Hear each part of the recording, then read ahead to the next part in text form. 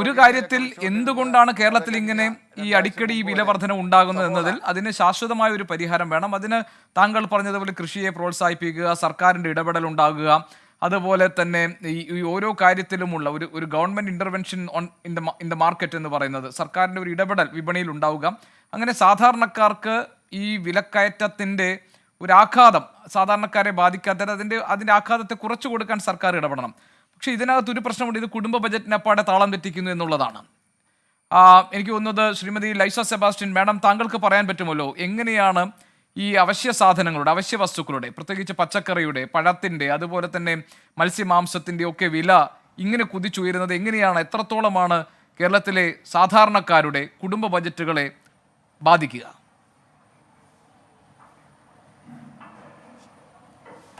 നൂറ്റമ്പത് teachers work ചെയ്യുന്ന ഒരു സ്കൂളിലെ ICC സ്കൂളിൻ്റെ പ്രിൻസിപ്പളാണ് ഞാൻ.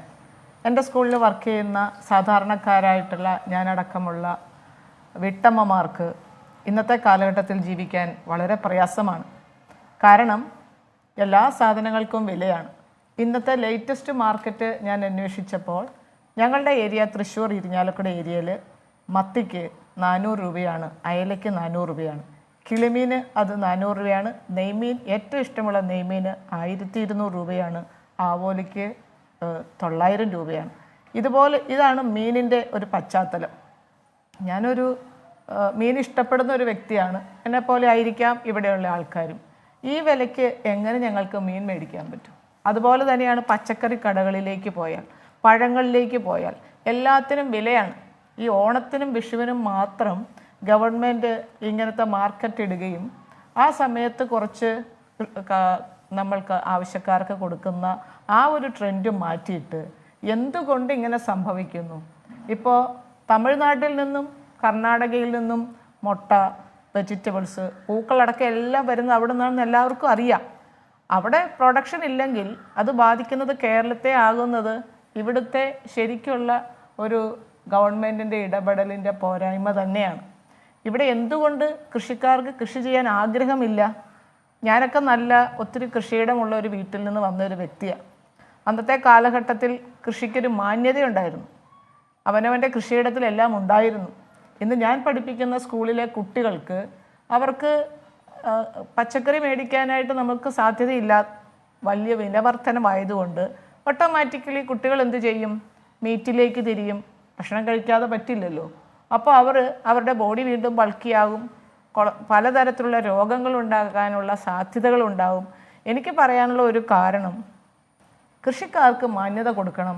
മറ്റുള്ള ജോലി പോലെ തന്നെ അവരെയും ഒന്ന് സമുദ്ധരിച്ച് കൊണ്ടുവരാനായിട്ട് ഗവൺമെൻറ്റിൻ്റെ ഭാഗത്തു നിന്ന് ഇടപെടലുണ്ടാവണം. എല്ലാത്തരം വിളകളും നമ്മളുടെ കേരളത്തിൽ ഉൽപ്പാദിപ്പിക്കാനായിട്ടുള്ള ഒരവസരം ഗവൺമെൻറ് ഉണ്ടാക്കി കൊടുക്കണം. ഇങ്ങനെ ഒരു സ്ഥിരതയില്ലാത്ത വിലക്കയറ്റം വരുമ്പോൾ, നേരത്തെ ഡിജോ കാപ്പൻ സൂചിപ്പിച്ചതുപോലെ, ചില സമയത്ത് വലിയ വില, ചില സമയത്ത് കുറഞ്ഞ വില. എന്തുകൊണ്ട് ഇതിനൊരു സ്ഥിരതയുണ്ടാക്കുന്നില്ല ഗവൺമെൻറ്? അതുപോലെ തന്നെ നമ്മുടെ ഇവിടെ ഉണ്ടാകുന്ന എല്ലാ പ്രോഡക്ട്സും ഒരുവിധം ഉള്ളതെല്ലാം വിഷജന്യമാണ്. പെസ്റ്റിസൈഡ് ആണെങ്കിലും ഫെർട്ടിലൈസേഴ്സ് ആണെങ്കിലും കെമിക്കൽ ഫെർട്ടിലൈസേഴ്സൊക്കെ അടിച്ച് നമ്മൾ കഴിക്കുന്ന ഭക്ഷണ സാധനം കഴിക്കുമ്പോൾ, ഇന്നും ഞാൻ 3 കുട്ടികൾക്ക് അവർ ഫുഡ് പോയ്സൺ വന്നതിൻ്റെ പേരിൽ സൈൻ കൊടുക്കുകയുണ്ടായി. ഇവിടെ ഒരു നിയമം ഇല്ല. എന്തൊക്കെ സാധനങ്ങളാണ്, ഏതൊക്കെ ഹോട്ടലുകളിലാണ്, എങ്ങനെയാണ് അത് വിൽക്കുന്നത്, എന്താണ് ഇന്നത്തെ മാർക്കറ്റ്, ഇന്നത്തെ വില എന്താണ്? എന്തെങ്കിലും ഒരു ഇടപെടൽ ഗവൺമെൻറ്റിൻ്റെ ഭാഗത്തു നിന്നുണ്ടാവണം.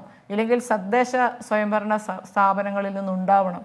ഇത് സാധാരണക്കാരായ ജനങ്ങൾക്ക് ഇപ്പോൾ സ്കൂൾ തുറന്ന സമയമാണ്. എല്ലാ സ്റ്റേഷനറി സാധനങ്ങളും, ഇല്ലെങ്കിൽ സ്കൂളിൻ്റെ യൂണിഫോം, സ്കൂളിൻ്റെ ഫീസ്, ഇതെല്ലാം കൊടുത്ത് പേരൻസ് അവരുടെ പോക്കറ്റ് കാലിയായിരിക്കുന്ന സമയത്ത് മാർക്കറ്റിൽ ചെല്ലുമ്പോൾ അവർക്ക് നിത്യോപയോഗ സാധനങ്ങൾക്ക് ഇതുപോലെ തീപിടിച്ച വില വന്നാൽ ഞങ്ങൾ സാധാരണക്കാരെ പോലെയുള്ളവർക്ക് ജീവിതം വളരെ ദുസ്സഹമാണ്. അതുകൊണ്ട് മറ്റുള്ള ഭയങ്കര സാലറിയുള്ള ആൾക്കാർക്ക് വെറുതെ പോയി വളരെ ലാവിഷായിട്ട് സാധനങ്ങൾ മേടിക്കാവുന്നത് പോലെ അല്ല സാധാരണ വീട്ടമ്മമാർ, ഞാനടക്കമുള്ള വീട്ടമ്മമാർ. അപ്പോൾ എന്തെങ്കിലും ഉചിതമായിട്ടുള്ള തീരുമാനങ്ങൾ ഓരോ ഘട്ടത്തിലുള്ളവരും, അത് മുനിസിപ്പാലിറ്റി ആവാം, പഞ്ചായത്ത് ആവാം, ഇല്ലെങ്കിൽ ഡിസ്ട്രിക്റ്റ് ആവാം, ഗവൺമെൻറ് ആവാം, ചെയ്യേണ്ടിയിരിക്കുന്നു. നിർബന്ധമായിട്ടും സാധാരണക്കാരായ ജനങ്ങൾക്ക് അഫോർഡബിൾ ആയിട്ടുള്ള തരത്തിലുള്ള വില നിയന്ത്രണം ഗവൺമെൻറ്റിൻ്റെ ഭാഗത്തുനിന്ന് ഉണ്ടാവണം.